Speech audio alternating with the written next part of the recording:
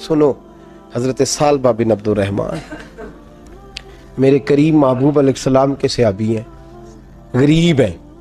غربت بڑی اعلیٰ چیز ہے. ہاں غریبی بڑی نعمت ہے، یہ آزمائش ہے، اس میں کوئی شک نہیں. لیکن قیامت والا دن پتہ چلے گا جب غریب چھلانگ لگا کے جنت میں داخل ہو جائیں گے. اور امیر تو کھڑے ہیں نا. میرے نبی پاک نے حضرت عبد الرحمن بن عوف کو، حضور صبح صبح اٹھے تو نبی پاک کی آنکھوں میں آنسو تھے. فرمایا میرے عبد الرحمن بن عوف کو بلاؤ. حضرت عبد الرحمن بن عوف آئے تو حضور نے سینے سے لگا لیا. نبی پاک کھول کے روئے. یا رسول اللہ حضور کیا ہوا؟ فرمایا عبد الرحمن رات میں نے خواب دیکھی ہے، سارے جنت میں چلے گئے، تو پیچھے رہ گیا. تو پیچھے رہ گیا. میں کھڑا تیرا انتظار کرتا رہا، میں تیرے بغیر جا نہیں سکتا تھا. پھر تو آیا ہے تو تیرا سارا وجود پسینے سے بھیگا ہوا تھا. حضرت عبد الرحمن بن عوف تڑپ کے روئے، قدموں پہ سر رہا. حضور میری غلطی. فرمایا یار تیرے پاس مال بڑا ہے، تجھے حساب دیتے دیتے لیٹ ہو گئی. تیرے بیگ کھل گئے، تجھے حساب دینا پڑ گیا، تو لیٹ ہو گیا، میں پریشان ہو گیا. حضرت عبد الرحمن ابن عوف نے 100 گھوڑا مال اوپر رکھ کے حضرت عبد الرحمن نے حضور کی بارگاہ میں پیش کیا. کہا یا رسول اللہ یہ. اور پتہ ہے ایک دن کیا ہوا؟ ایک دن سرکار کے وصال ظاہری کے بعد حضرت عبد الرحمن ابن عوف نبی پاک کے گھر کے دروازے کے باہر آ کے بیٹھ گئے اور یوں سر کو پکڑا ہوا ہے، رو رہے ہیں. حضرت ام سلمہ حضور کی زوجہ باہر آئیں. کہا بیٹا عبد الرحمن کیا ہوا؟ جب پوچھا کیا ہوا تو اور کھول کے روئے. کہا کیوں روتا ہے؟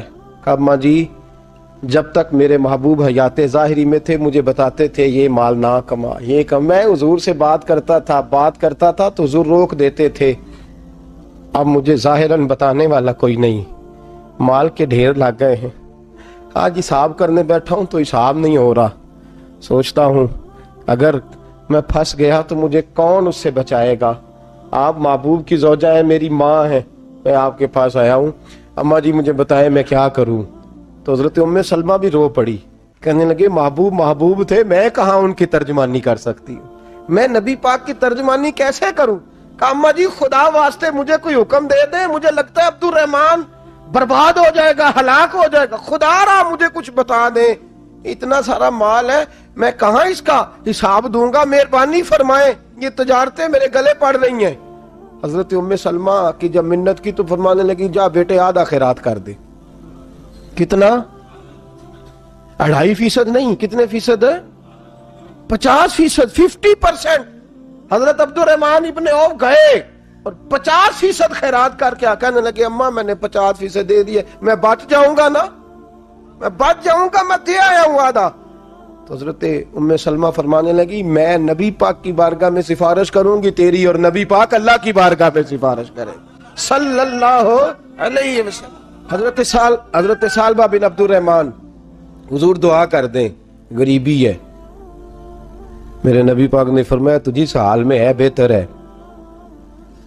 کرتے ہیں حضور نہیں دعا کر دیں. فرمایا تجھی اس حال میں ہے. تیسری دفعہ پھر آ گئے، حضور نے دعا کر دی.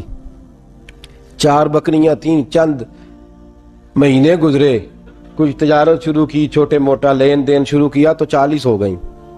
کچھ وقت اور گزرا تو ریوڑ بن گیا، پھر گائیں بھی آ گئیں، پھر اونٹ بھی آ گئے، پھر لائنیں لگ گئی. پھر ہر وقت حضور کے قریب بیٹھنے کو دل کرتا تھا. اب لین دین کے معاملات تھے، اب ذرا طبیعت تھوڑی پیچھے ہٹنے لگی، تھوڑا دل پیچھے ہٹنے لگا. پہلے 5 نمازیں مسجد میں، پھر زور اثر کی چھٹی، میری طرف دیکھو اور دیکھو میں کیا عرض کر رہا ہوں. پھر زور اثر گئی، پھر کچھ وقت گزرا تو مغرب بھی گئی، پھر اتنی بڑی حویلی کوئی نہیں. پھر باہر جا کے مدینے سے ڈیرا لگا لیا، جمعے کے جمعے آتے. زکوٰۃ کا حکم آ گیا 2 ہجری میں.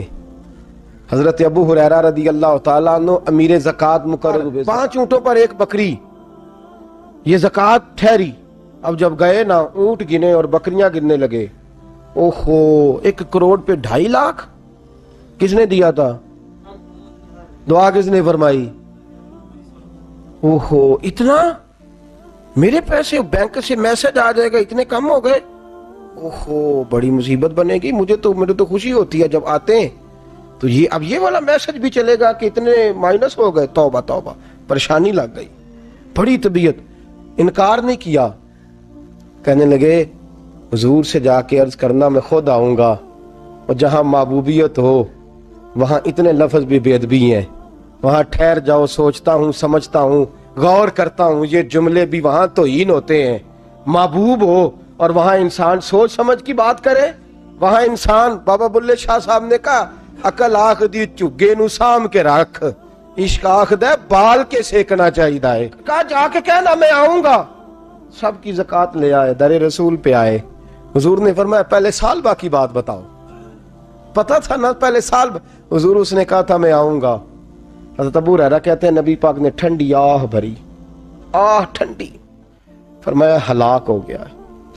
اس کو کہا تھا نہ اس چکر میں پڑ، ہلاک ہو گیا، ہلاک۔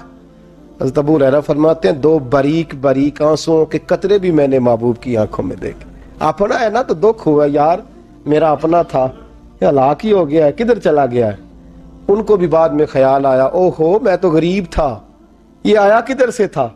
میں تو غلامی رسول میں آتا گیا تو رب میری عزتیں بڑھاتا گیا، یہ میں کس چکر میں پڑ گیا؟ آئے لائنیں بکریوں کی لائے، حاضر کی، حضور وہ میں نے کہا تھا حضرت ابو ہریرہ سے میں خود آؤں گا، حضور میں خود لایا ہوں۔ فرمایا محبوب نے مجھے تو نہ بتا، میں تو سمجھتا ہوں، میں نے کہا تھا تو میں آ گیا ہوں۔ فرمایا چل اٹھا، دوڑ جا، لے جا۔ حضرت ابو ہریرہ فرماتے ہیں انکار محبوب نے سالبہ کو کیا، لیکن آنسو ابو بکر صدیق کے بھی نکل گئے۔ فرماتے ہیں درد عثمان غنی کو بھی ہونے لگا، تڑپ مولا علی بھی گئے۔ فرمایا جا لے جا، نہیں چاہیے تیرے پیسے۔ فرماتے ہیں سالبہ نے ہاتھ باندھے، کہا محبوبہ غلطی ہو گئی، حضور مجھے، فرمایا تجھے کہا نا تیرے نہیں چاہیے، نکل جا۔ حضرت ابو ہریرہ فرماتے ہیں جب نبی پاک نے رخ پھیرا تو صحابہ کی زبانوں پہ بھی جاری ہو گیا یہ تو ہلاک ہو گیا۔ کہتے ہیں مدینے میں قحط پڑ گیا، محبوب نے فرمایا بلال تو بھی آج لا، ایک خشک چھوارا حضرت بلال کا قبول ہو گیا۔ لیکن سالبہ لائنیں لگی یا مال کی، فرمایا جا لے جا، تیرا قبول نہیں ہے۔ فرماتے ہیں تڑپتے رہے ساری زندگی اور مال کو دیکھ دیکھ کے آہیں بھرتے رہے، لیکن کریم نے اس تجارت کو قبول۔ حضرت ابو بکر صدیق کے پاس آئے، سرکار کے وصال، حضور قبول فرما لیں۔ فرمایا ساری دنیا کا قبول ہے، جس کا میرے نبی نے قبول نہیں فرمایا میں کیسے قبول کر لوں؟ حضرت عمر فاروق کے پاس آئے، فرمایا نہ تیرا قبول نہیں۔ حضرت عثمان کے زمانے میں وصال ہو گیا۔ عزیز یاد رکھ، تجارت وہ والی کر جو تجھے نجات دے، اس چکر میں نہ پڑ جا جو تجھے الجھا دے، جو تجھے الجھا دے۔ قرآن مجید کی آیت آئی اقترب للناس حسابہم وہم فی غفلۃ معرضون، لوگوں کا حساب قریب آ گیا ہے اور وہ ابھی بھی غفلت میں پڑے ہیں، ابھی بھی 2 کے 4 اور 4 کے 10 کر رہے ہیں، حساب کا وقت قریب آ گیا۔ حضرت انس آئے مسجد سے، ایک صحابی مکان بنا رہے تھے، جھونپڑی تعمیر کر رہے تھے۔ حضرت انس کو پریشان دیکھا، کہنے لگے انس خیر تو ہے، کوئی نئی آیت تو نہیں آئی؟ تو جناب انس کہنے لگے آیت تو آ گئی ہے، رب نے کہہ دیا ہے کہ حساب قریب آ گیا، تیاری کر لو۔ جھونپڑی بنا رہے ہیں، محل نہیں، جھونپڑی بنا رہے تھے، ابھی دیوار کچی مکمل نہیں ہوئی تھی، ہاتھ جھاڑ دیے صحابی نے۔